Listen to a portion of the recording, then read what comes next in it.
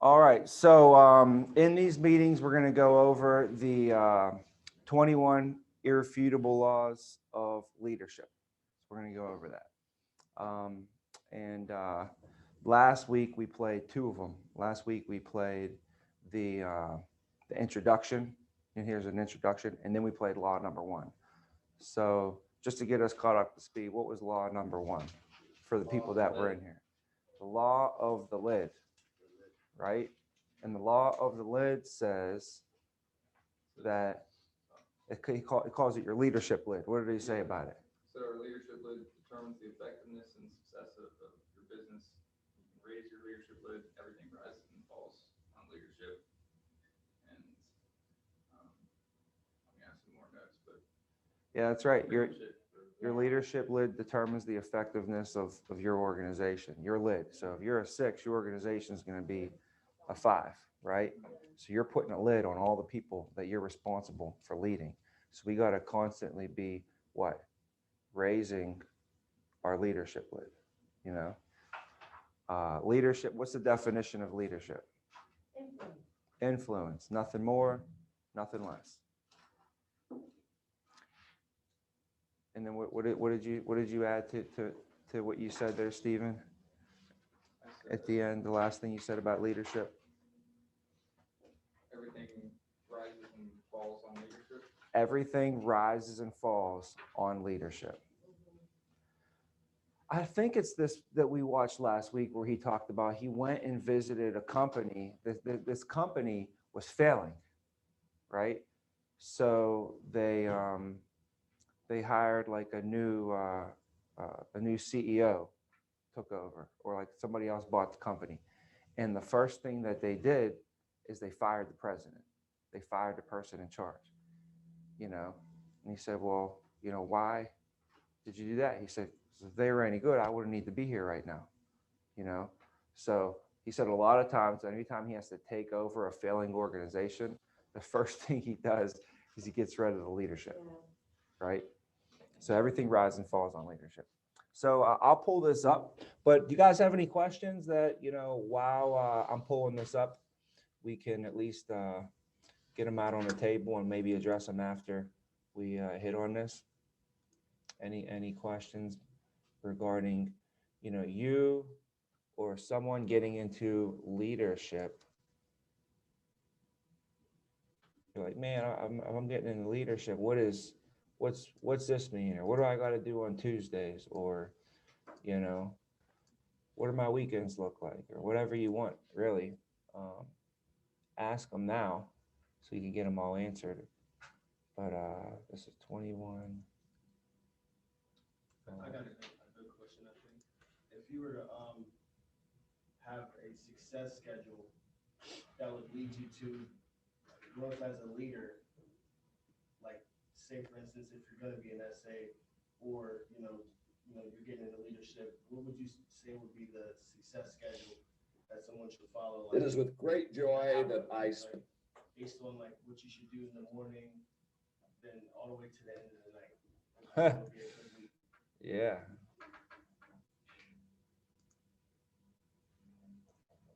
Nothing came up on it. I was trying to share that to the TV. That's not going to work. So we'll just have to watch it off the computer. We can't put it up on the big screen because it's not on the same network, I don't believe. I don't know what's going on over there. Okay.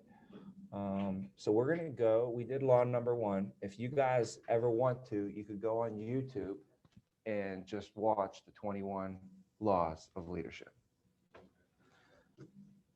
So, but we'll watch this law number 2 here.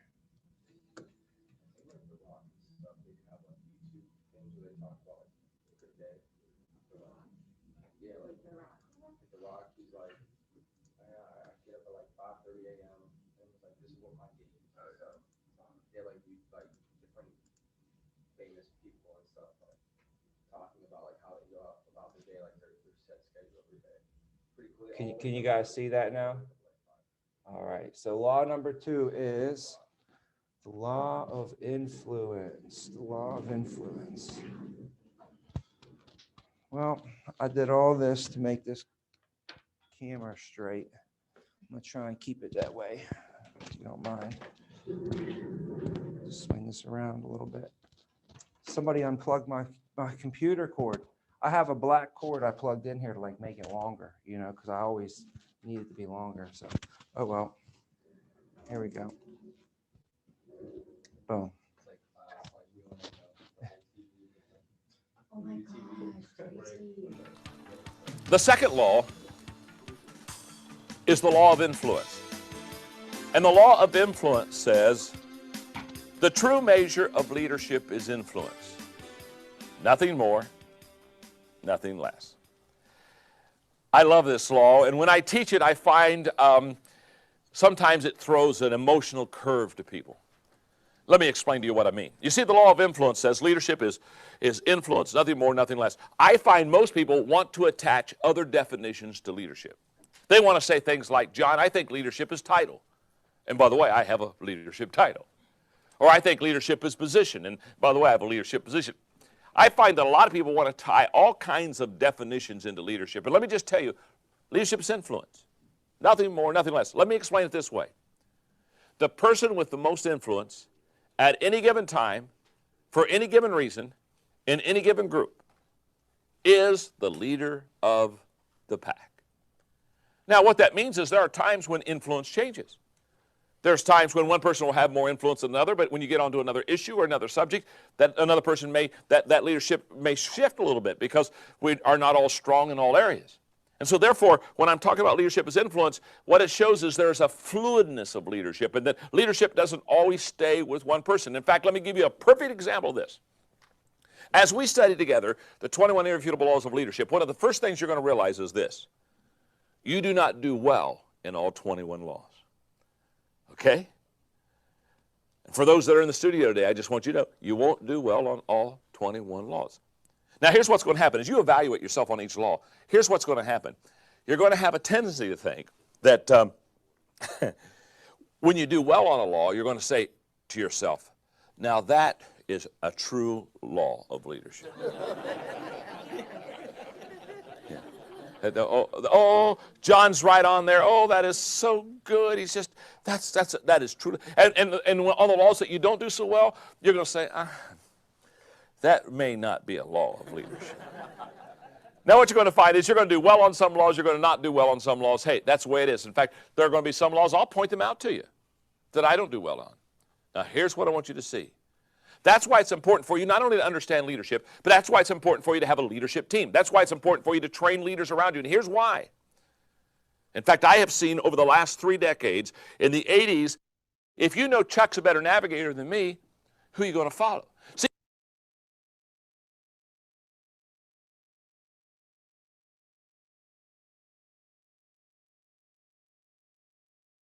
and the reason we're going to team leadership is because management to leadership around you. And here's why.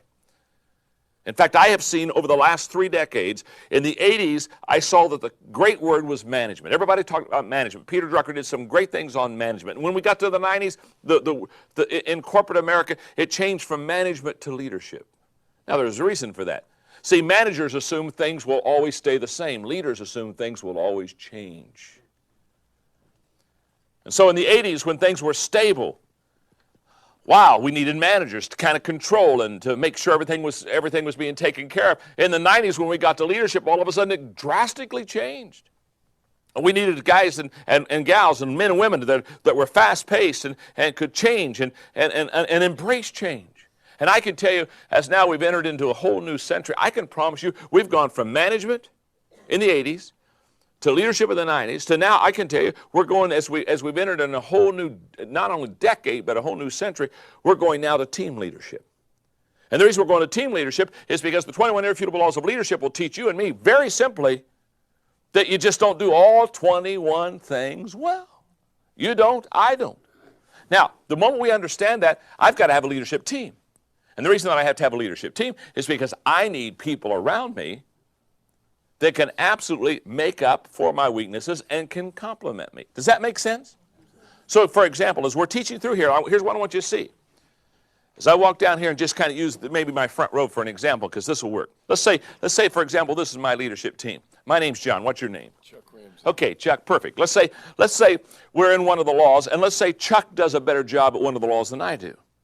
one of the reasons we need to know, evaluate ourselves, and one of the reasons we need to have a leadership team around us is because we all need to know that if I get to the law of navigation, by the way, that's a law I'll teach later on. That's a law I'm weak in. I'm not a good navigator.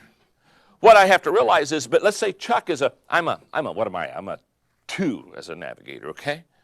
I mean, just trust me. You don't want me to navigate. I'm kind of like Mr. Magoo, okay? So you don't want that. You don't want Mr. Magoo running the ship. Now, but Chuck, let's say he's a 9.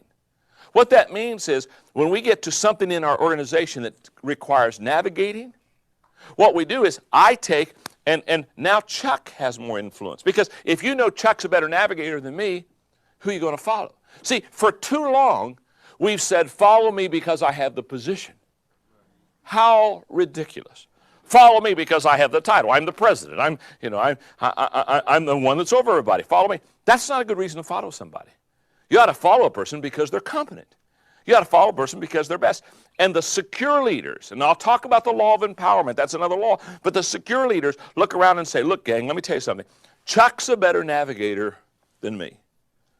So when it comes to navigating the day-to-day process, and we've got to navigate maybe for a 3-6 month period on some issue in the organization, Chuck's going to have the ball, and I'm going to follow Chuck. Because all great leaders are not only leaders, they're great followers. Because they appreciate the value that true leadership brings. Does that make sense? So leadership is influence. I may have influence in some areas. Chuck will have influence in other areas. What's your name? Bridget. Bridget will have influence. In other words, the person that is the best leader should have the most influence in that given area. Make sense? So look around you and ask yourself, who is influential and in what areas are they influential? That's why, several years ago, I designed a way for people to understand influence as it pertains to leadership that would make sense to them. And in your notes, if you'll take just a moment for me, I want to draw your attention to the 5 levels of leadership. And when I use the word leadership, I could use the word influence. I use them interchangeably. And what I want to do is I want to walk you through this because this is essential for you to understand where you are as far as what level of influence you have and where you should go to increase your influence level. For example, let's go down to the very bottom step, okay? On that first lowest level, put the word position. Now, that's the lowest level of influence. That's the lowest level of leadership. In other words, when you and I go to an organization, we get a title, we get a position. Now, right inside that step is another blank. I encourage you to put the word rights because that's the key word when you're on the position level of leadership. Let me explain. When you and I have a title, when you and I have a position, we get certain rights that come with the position. Is that true? They'll look at you and say, you're going to be over these 6 people. This is going to be your department. These are your people that you're responsible for. Okay. In other words, at level number 1, people follow you because they have to. In other words, people say, why are you following that person? Well, it's because they're the boss.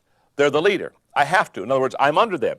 I really don't have any choice. Now, let me share something with you. Every one of us in this studio, every one of you that watch me do the leadership training, anybody that's just observing what I'm saying right now and understanding these levels of leadership, every one of us have had to follow people that weren't good leaders. Isn't that true?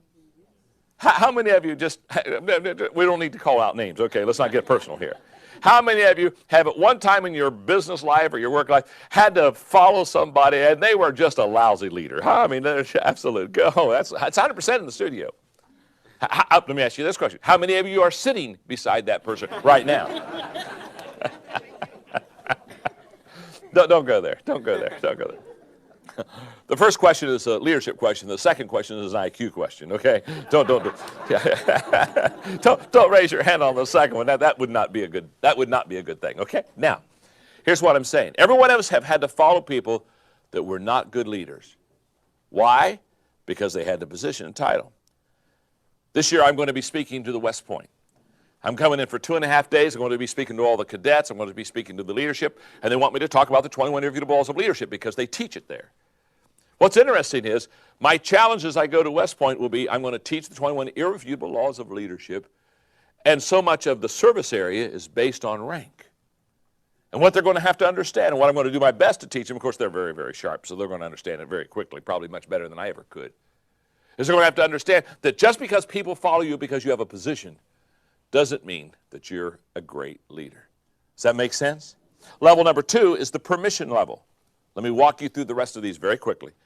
And the key word on the inside of level number 2 is relationships. At level number 2, people follow you because they want to.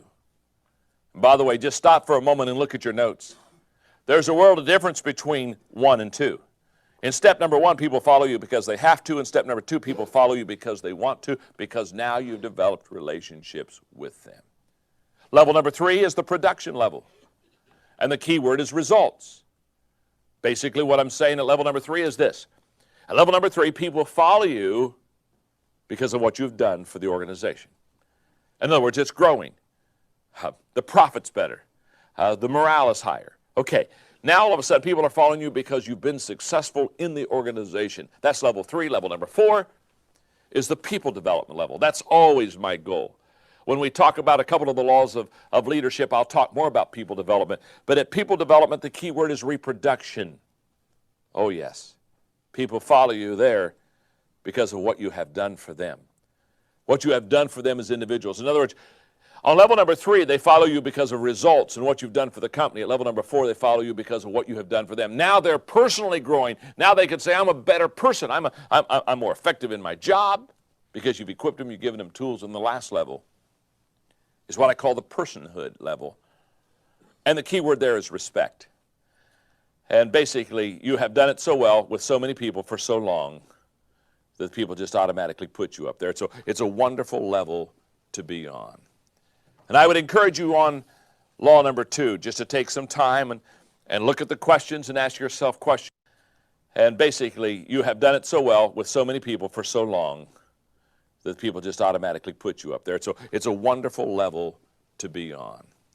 And I would encourage you on law number 2 just to take some time and look at the questions and ask yourself questions about influence and how you can more effectively influence others. The 5 levels of leadership, which is a lecture in itself, has its own training video because I spend a great deal of time really helping people work through those 5 laws. But for right now, the law of influence says there are 5 levels of influence, and you need to know where you are because leadership is influence, nothing more, nothing less. The 3rd law is the law of process. And the law of process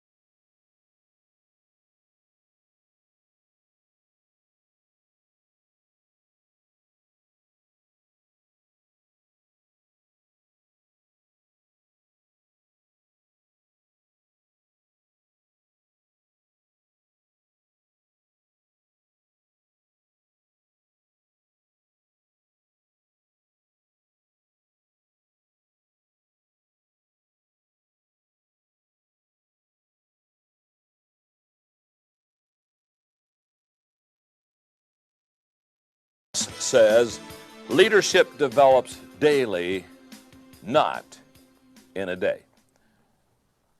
This is an incredible law. I love to teach it, and the reason I love to teach it is because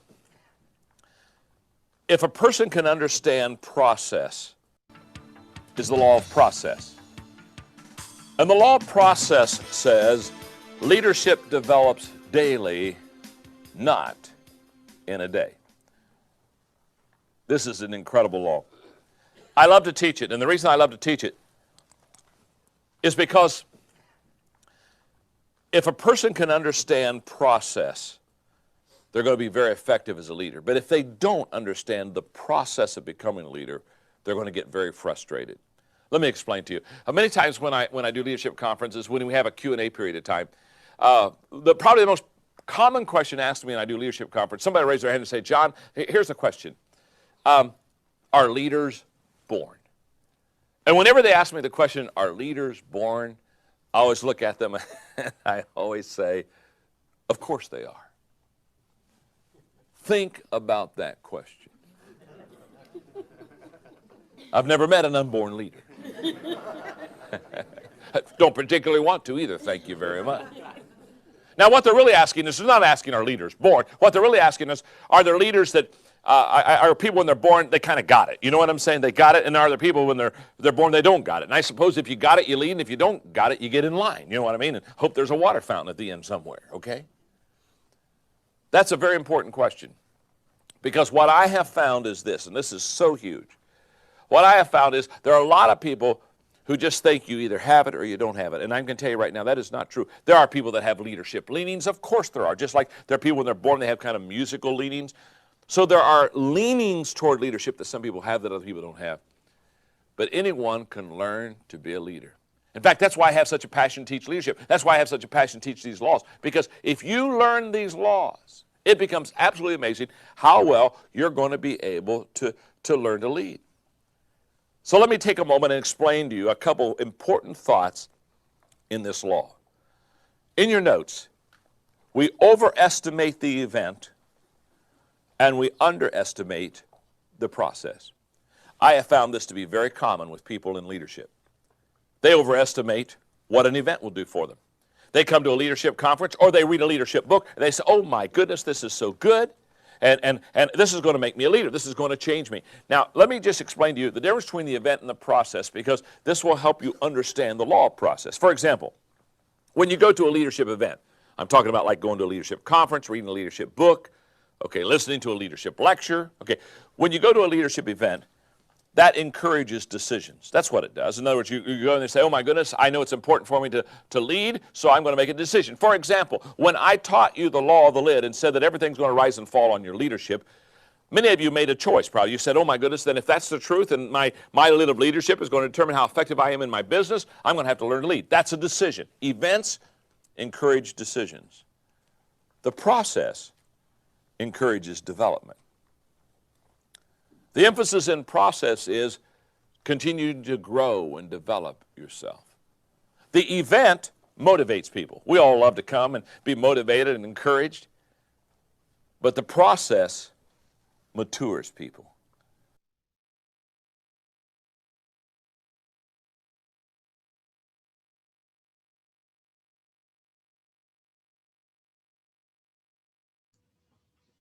All right, we're only supposed to do law 2 today, so you guys jumped ahead. You got 3 minutes of law 3 in.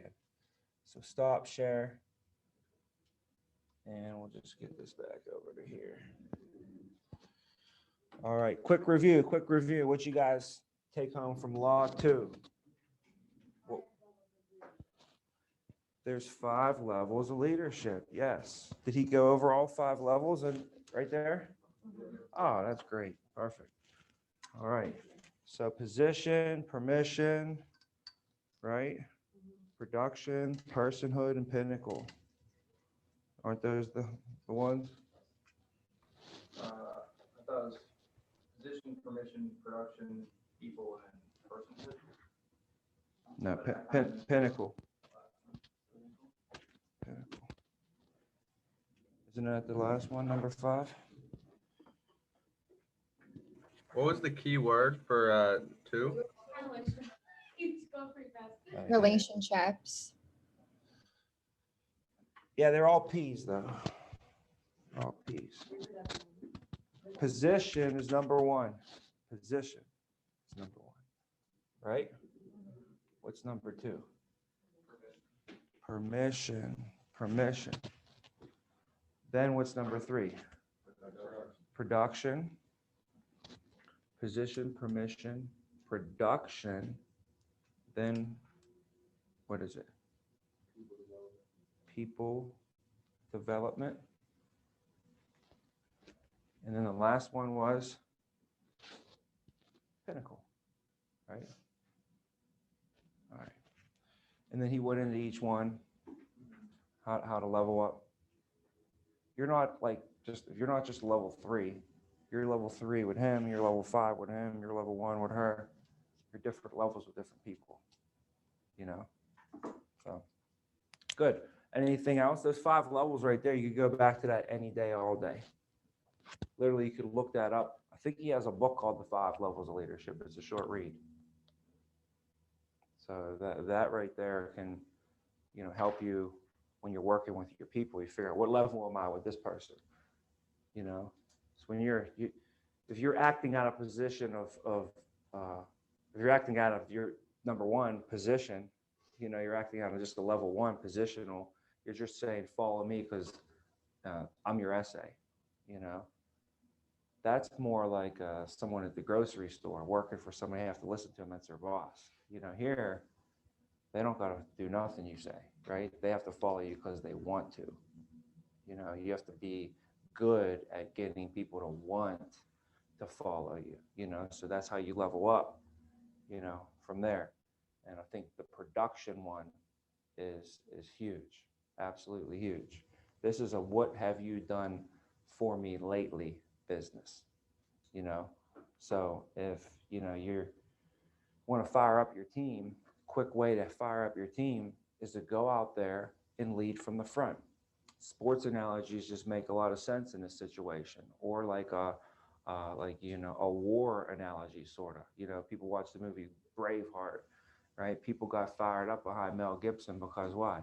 Because he got on the horse and he rode it first in the battle. People get fired up for Gladiator. Why did everybody follow Gladiator? Because he stood by and told everybody to kill people, and he just sat back. Gladiator went in front of everybody and said, follow me. He killed more people than everybody. And that's why everybody followed him. And they would literally, like the guy literally, he was about to eat his pudding or his porridge. They gave him porridge. The guy went up to him and took it off and said, you're not eating that. Let me eat it first just to make sure it's not poisoned. If this is going to be poison, I'd rather it poison me than you. Like, that's how much the people followed the dude and loved him. They would lay down their life for this person. Why? Because they seen him in action with their eyeballs. Since the dawn of time, since they were gladiators, guys, there's nothing in the world that can replace leading from the front. Nothing. Nothing replaces the leader getting out onto the floor and scoring 42 points for the team when they're down by 30 and bringing them back. There's nothing like the leader, the quarterback. I mean, you see it all the time in these movies, but there's nothing like the quarterback getting the football, running down the field, and diving across to get a first down and getting this broke by 3 linebackers and spinning in the air like a helicopter, and he ends up landing like right on the thing, and they have to bring the chains out. You know what I mean? Like, then the crowd goes wild. That only happens if the leader does that, and that's one easy way to just fire up your team, leading from the front. So you have to be good on the production side. You have to be good on the production side. You got to be able to get the job done. Writing $2,000 in a week should not be an issue for a manager, for a leader, for an essay. Like, that's how you know you're an essay. You need to do 2,000 this week. You're like, no problem. You shouldn't be looking at 2,000 like, oh my God, that's like climbing Mount Everest. I don't know if I can do that. Like, 2,000 should be no problem. That's Tuesday afternoon, bro. I got 2,000. Like, 2,000 in a week should not be an issue for you. You know what I mean? So we have.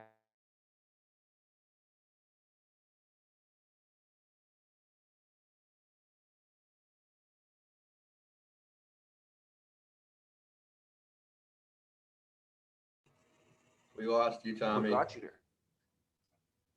That's what got you there. We got cut out.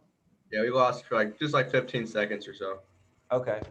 Yeah, I was saying that if you do the production to get to be the supervisor, when you get to be the supervisor, you can't stop doing the production at that point. Like I said, it's what have you done lately?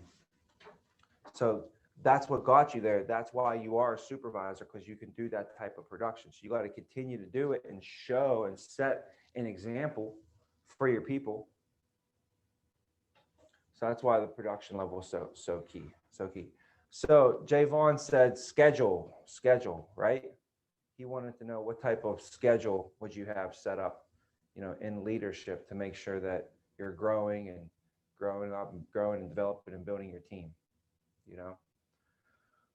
Well, you asked for it, so I'll give it to you. You're a supervisor. You got to make sure that your team is growing, right? So let's go to we'll start everything at 8 a.m., right? 8 a.m. on a Monday, 8 a.m. on a Tuesday, 8 a.m. on a Wednesday, Thursday, Friday, Saturday. Saturday, you should have appointments. At 8 o'clock, I don't know, maybe you run them on the hour every hour, at 9 o'clock, 10 o'clock, 11 o'clock, 12 o'clock, 1 o'clock, 2 o'clock, 1, 2, 3, 4, 5, 6, 7. You get 8 appointments. You can double book them. You could do an 8 to 10 bridge, 10 to 12 bridge, 12 to 2. You can have 10 appointments set. Forget the 3 o'clock.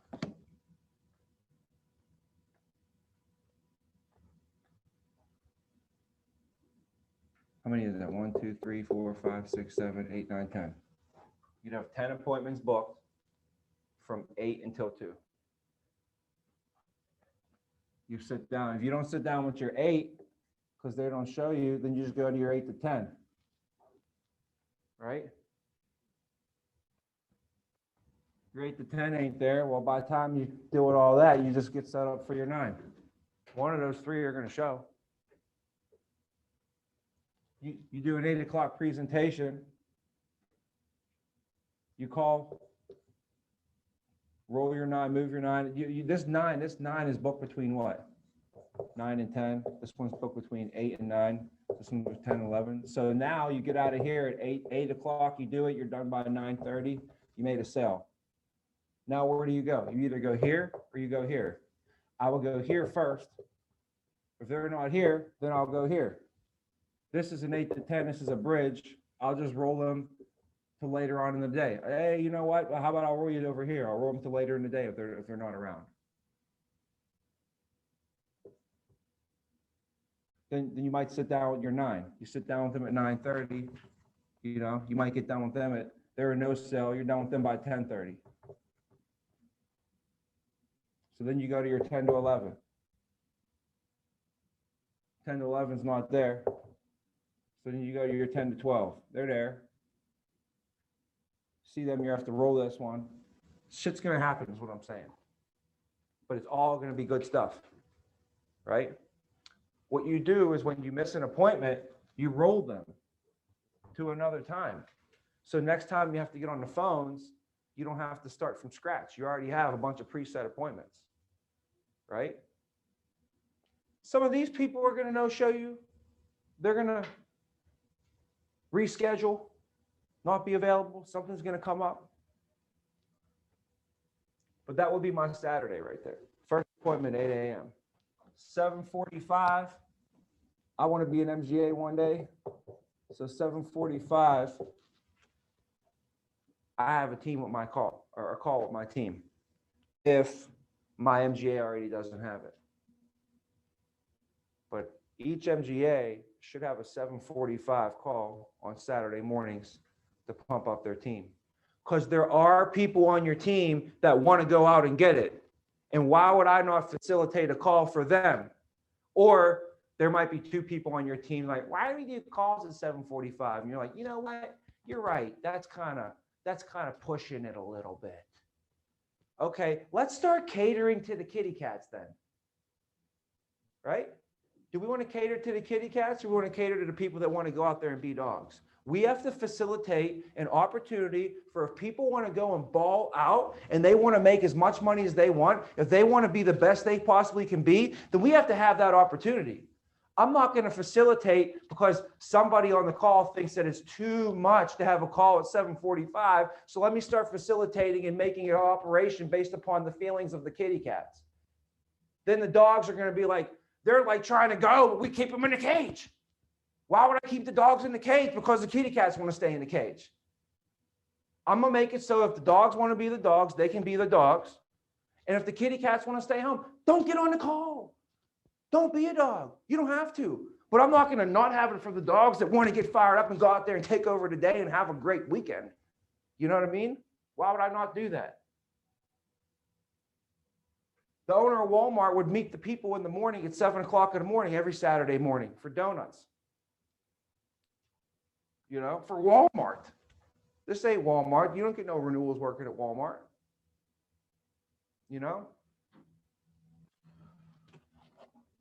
So that's my Saturday morning right there. That's my Saturday morning. That's what I do Saturday morning. And if I'm not in a sit down, I'm making phone calls. And that's what I'm training my people to do. And if I'm in person, I'm bringing donuts. I'm bringing donuts.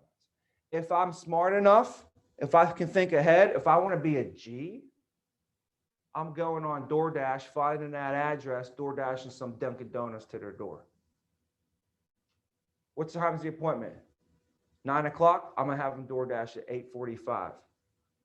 The DoorDash guy's going to show up at 8:45 and bring donuts. Oh, this is from Tommy. He's looking forward to seeing you at 9 o'clock today.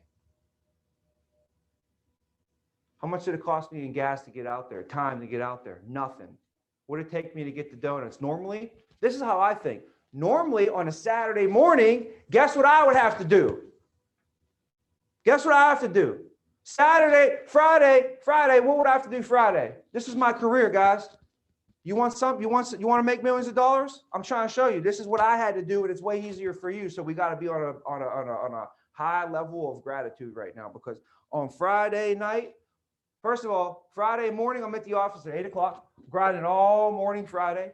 Friday around 12, 1 o'clock. And here's what I'm doing all morning. I'm getting my hires. I had people in the group on Tuesday, tons of people in the group. I had tons of people in the group on Wednesday, tons of people group on Thursday. And these are people that I had to call myself. I had to convince them to come, get in their car, put a suit and tie on, print their resume out. And I had to convince them to drive up to the office and be at the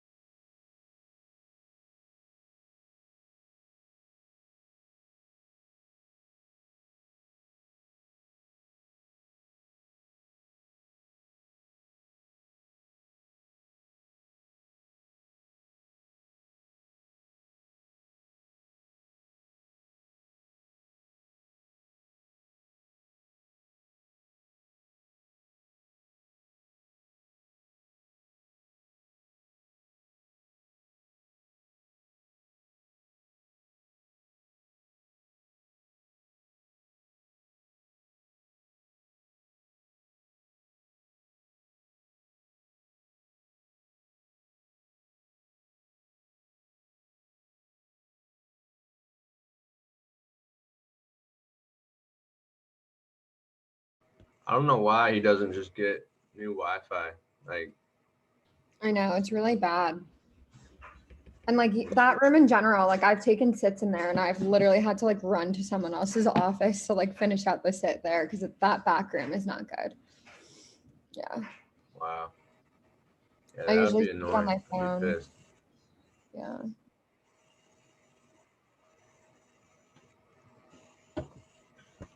I don't know.